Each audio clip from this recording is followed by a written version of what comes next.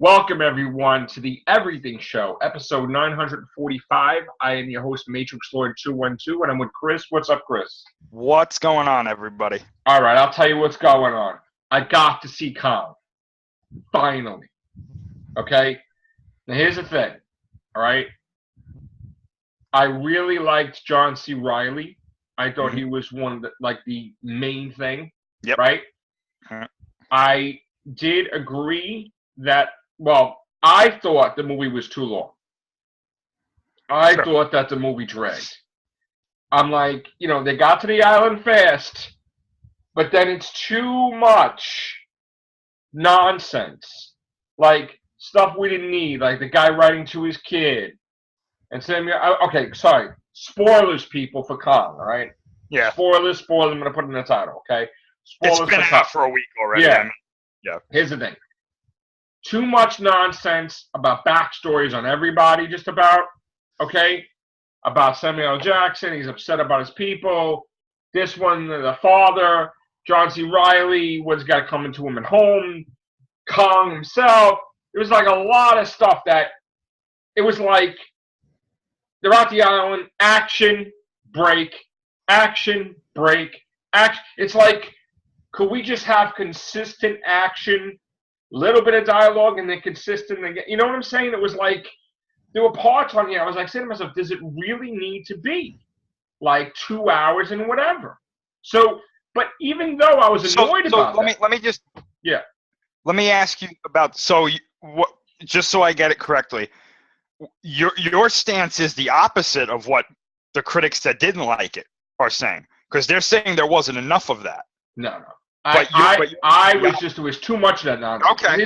Here's the thing, right? I understand there has to be humans in here, okay? The movie is about Kong. Let's just get that straight, okay? Mm-hmm. It's Kong Skull Island, right? So we need to tell a story to set up Kong, so that way in future movies he can appear and fight Godzilla, right? Yeah. That's what the goal should be, okay? Not this human's background, this human's background. These people will probably never see again. I just want to put it out there, some of these people, all right? Maybe they'll show up and get Godzilla vs. Kong. Maybe not, because if you saw the after credit scene, they're like, well, if you put them in the after credit scene, they got to appear in a sequel. Because what's the purpose of that? They could have just went about their lives not even knowing that other kings existed of Godzilla and King Ghidorah and Rodan and Mothra, right? So they put them in there obviously because, Tom Hiddleston's going to be in the sequel, Brie Larson's going to be in the sequel, and those other two, right? That's what you feel, okay? Now, if they don't appear, then that was just, it didn't make any sense. It didn't make sense to show that stuff. But why they're there, it didn't make any sense. You know what I'm saying? Yeah. I was kind of surprised that John Goodman's character died, because I thought that for a little while when he kept taking photographs inside the creature, that he was alive to press the button to keep showing the photographs for them to save him, and then he just dead, So I was kind of shocked about that. I didn't understand what the purpose of that was, because it wasn't like the camera could be jumping around the stump and then shoot like that. You would have to press the button. I think it was malfunctioning. Oh. I think that's what they were getting at. And then it's a thing where, Samuel L. Jackson's character, he's a soldier, right? And things happen, and he has a brain. We can figure out, all right, we screwed up, it's not Kong, right? But he was just obsessed. And then in the end, when he realized that the creature could be a threat anyway, he still went to kill Kong. So it was like, you know, Tom Hiddleston, I felt, was the most underutilized character because, if you're going to explore anybody, you're going to explore him, but they didn't really. It's like he just knew what he was doing. He just did it. He was kind of like, I was kind of disappointed the way they handled his character. Right? Like, with Brie Larson, I really didn't have a problem with that because you have to understand what time period it is. Yeah. It's the 70s.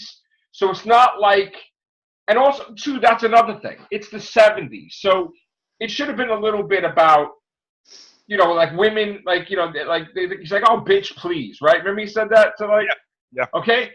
you know, they're not going to be like she's going to be like super role as a, you know, what, a female. You know what I'm saying? Like, Yeah. I mean, so I didn't, you know, I didn't have any problem with her performance whatsoever, but I had a problem with the fact that, like, the John Goodman thing, I'm like, you know, he was great, John C. Reilly, but I felt that they shouldn't have killed him. They should have had him a little bit with Tom Hiddleston, would have had some interaction with him, talking to him, you know what I'm saying? Yeah. So I think in a way the movie's a mess in a sense about they got the characters confused. Or they really, characters that they should have explored, they didn't. And then characters like that they shouldn't have explored, they did. Like the guy that's writing to his son, he's dead. Nobody gives a crap about that. You know what I'm saying? John C. Reilly, while he was funny, why is he the main part of the ending? Yeah. You know, why isn't the ending focusing on them getting home, all of them? You know, and then the press bothering them about what's happening. Instead, it wasn't any of that. It's like, does the press know about it at all or not really? No, they don't. No, nobody knows about it. So it's like, nope. But that's the thing. It's like, of course they would know about it because what is she going to do with her photographs? No, because anything that she had, Monarch confiscated. So that's what it is. So but they have to compensate her, obviously. Of course, I'm sure. I think their way of compensating them is probably bringing them into Monarch. And that's because really there's no other point for them to be there. You know what I'm saying? Like why do you need his character and her character? The only thing I can think of is, like you said, is if they're going to bring them back, because the two. But they didn't bring John C. Reilly's character into it, so why not? That doesn't make any sense. No, but they probably told them, listen, if you say anything about what we saw, we're not going to back you up. Well, because that's how Monarch works. Yeah, I don't go for that. But you know what though? In the comic that we're getting, the Brooks and the biologist, the Asian girl that was with them, the two that were in the room with Tom Hiddleston and them. Right. They actually get married and they have a child. So I guess we're going to see more of that and what happens to these characters after Skull Island. Because they're going to be super old, I mean, by the time it catches up. Because the comic, apparently, from what we've seen, the comic synopsis says that Monarch returns to Skull Island to discover why Kong is so protective of it. So I'm thinking that there's either A, something on the island, or B, Monarch is going to take over that island, and that sets up Godzilla versus Kong. And there's Kong. no more other Kongs, you're saying? There's not. He doesn't have a wife. He doesn't I was thinking. Maybe. What if he's protecting is another baby Kong? Right, like maybe like his brother or sister or something. Underneath or something, he's just protecting them. Right. I liked how. The thing is, though, I thought that they should have had more. A little bit more villains. A little bit more. Because I felt, I felt like if that island was like infested with all these creatures, right? Wouldn't they just bump into each other like constantly? Like they wouldn't even have a break. I mean, this guy was talking about ants. We never got to see them. You know, the big ants that make weird ass noises. And it just doesn't make any sense how their little village, you know, how they're completely protected in that thing. Like Kong just runs there to them and say, I did that. Nothing that was explained like at all. Well, the thing is too, with the skull crawlers, before this they were all underground hibernating. So they're all the monsters underground? No. Only the skull crawlers on Skull Island, that and maybe more, but the ones that we know of in the movie, like the mother longlegs, which was that bamboo spider. Right. They do their own thing in that forest. The leaf wings, which are the things that Samuel Jackson said, that's an ugly ass bird. Those things do their own thing.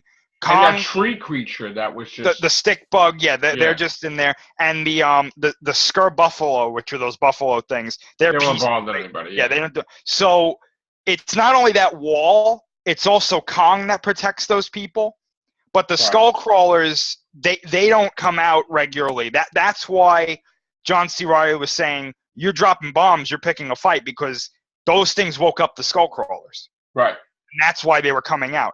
I agree with you. I think there could have been more skull crawlers. There was only like 3 in the movie. Yeah. I honestly think that, you know, they wanted to do a Kong movie, and it's like, I even though I like it, it's kind of a mess, I would say, with the characters and the creatures. And because it's just I'd all say with the thrown in there. characters, yeah, but It's kind not of the thrown monsters. in. Yeah, well, I think so, because it's kind of like thrown in there. It's like, I don't know, man. I tend to think that, again, I like it.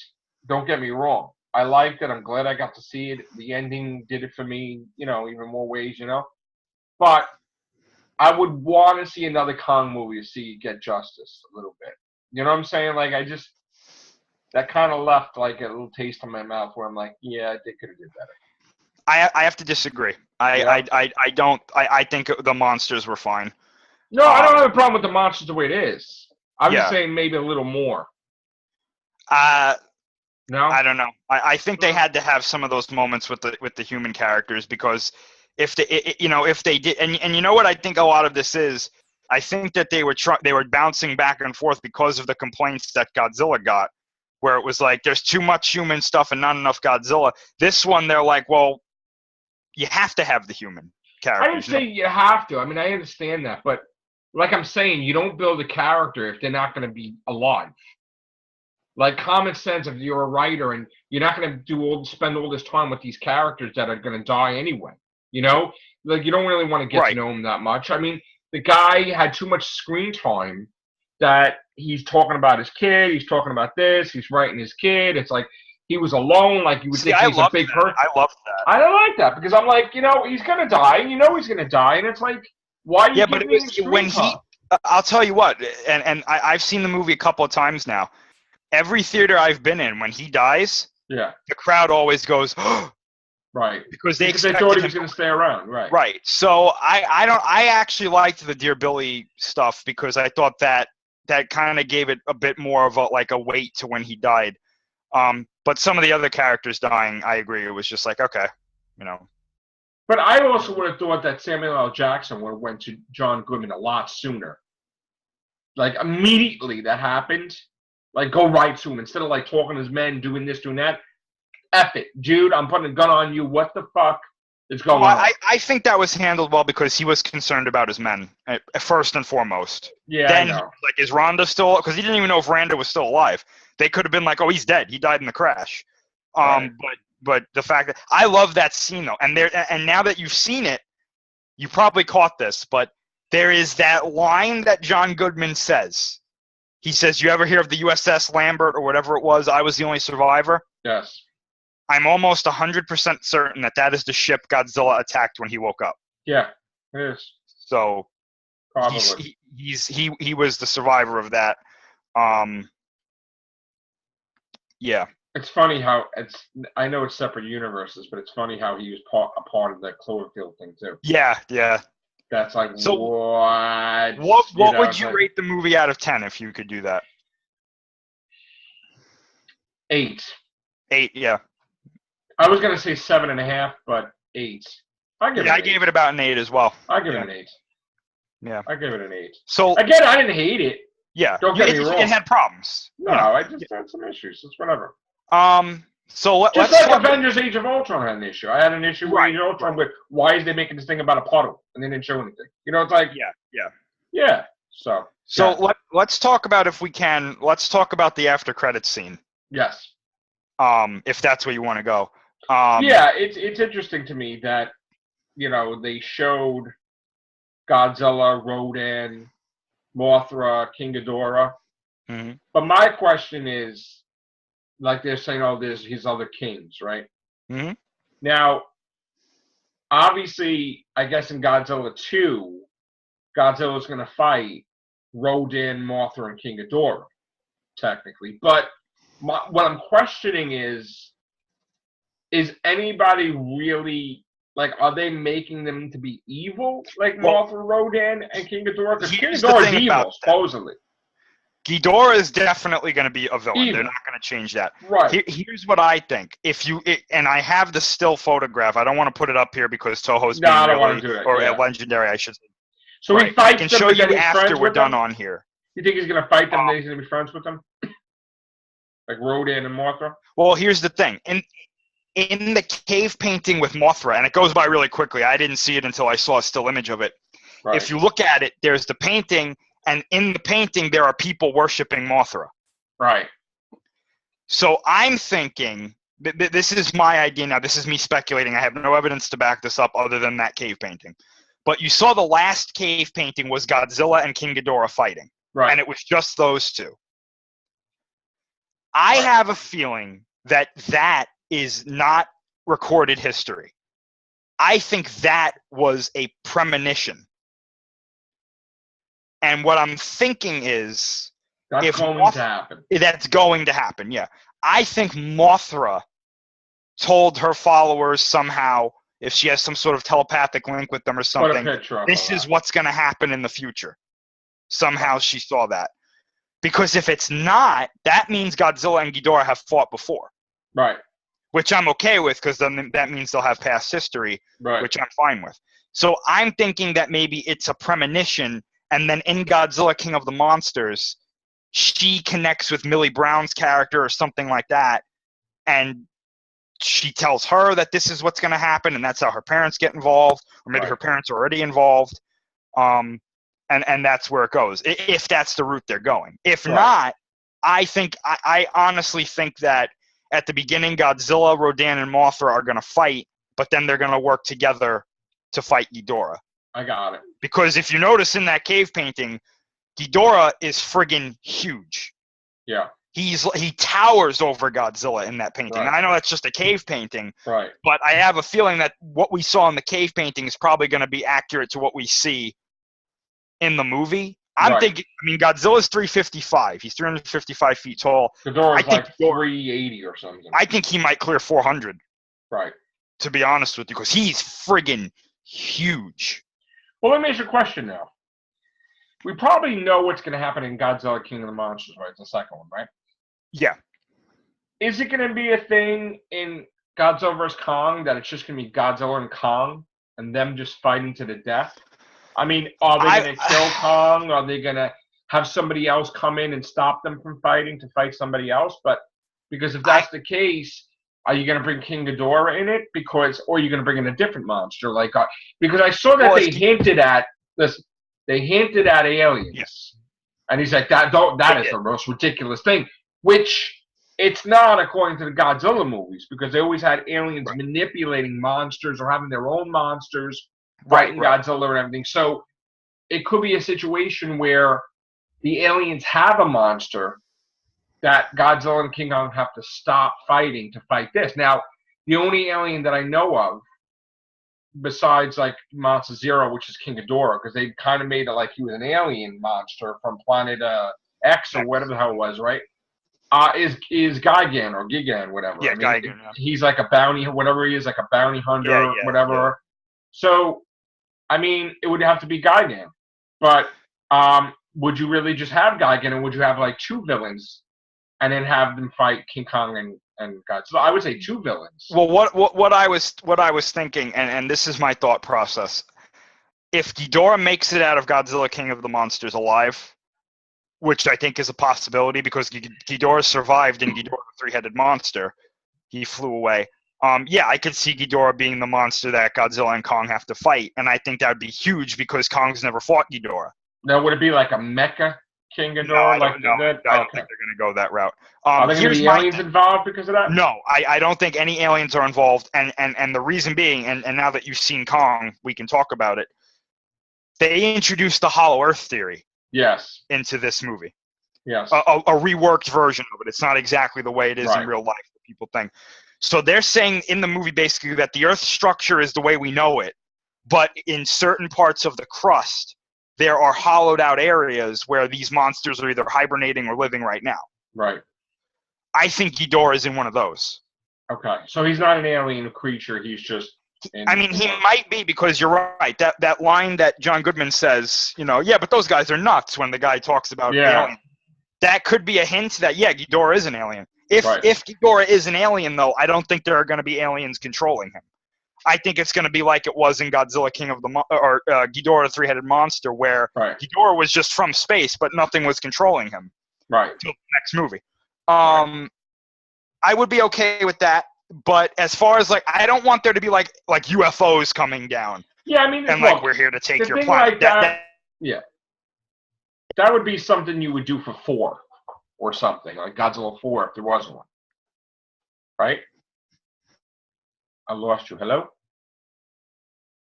What was that? You kind of broke. Oh, no, I lost you. I said that would be something that you would do for Godzilla 4, yeah. no? Chris? If there is a Godzilla 4, maybe. I don't think it fits the tone of the universe, though, that they're building, to be honest with you, because they're trying to ground this, and I think Aliens kind of... You know how happy I would be if at the end of Godzilla vs. Kong, say they both live and they go on to do their thing, that you saw Gamma or some shit, like they got the rights to do that. I would go crazy. Yes. I would go crazy. You know, it's interesting that you brought up Gigan, because I was thinking about how I would do it with Godzilla and Kong. And in Godzilla King of the Monsters, I would say that Ghidorah died and they killed him, and then Mothra, Rodan, and Godzilla go their separate ways and whatnot. And then in Godzilla versus Kong, I was thinking, if Monarch takes over the island, and let's say they capture Kong or something like that, and they're holding him there, they're like, well, listen, Godzilla caused so much trouble. He caused so much destruction, killed so many people. You know, we lost like an entire city. We have to get rid of him somehow.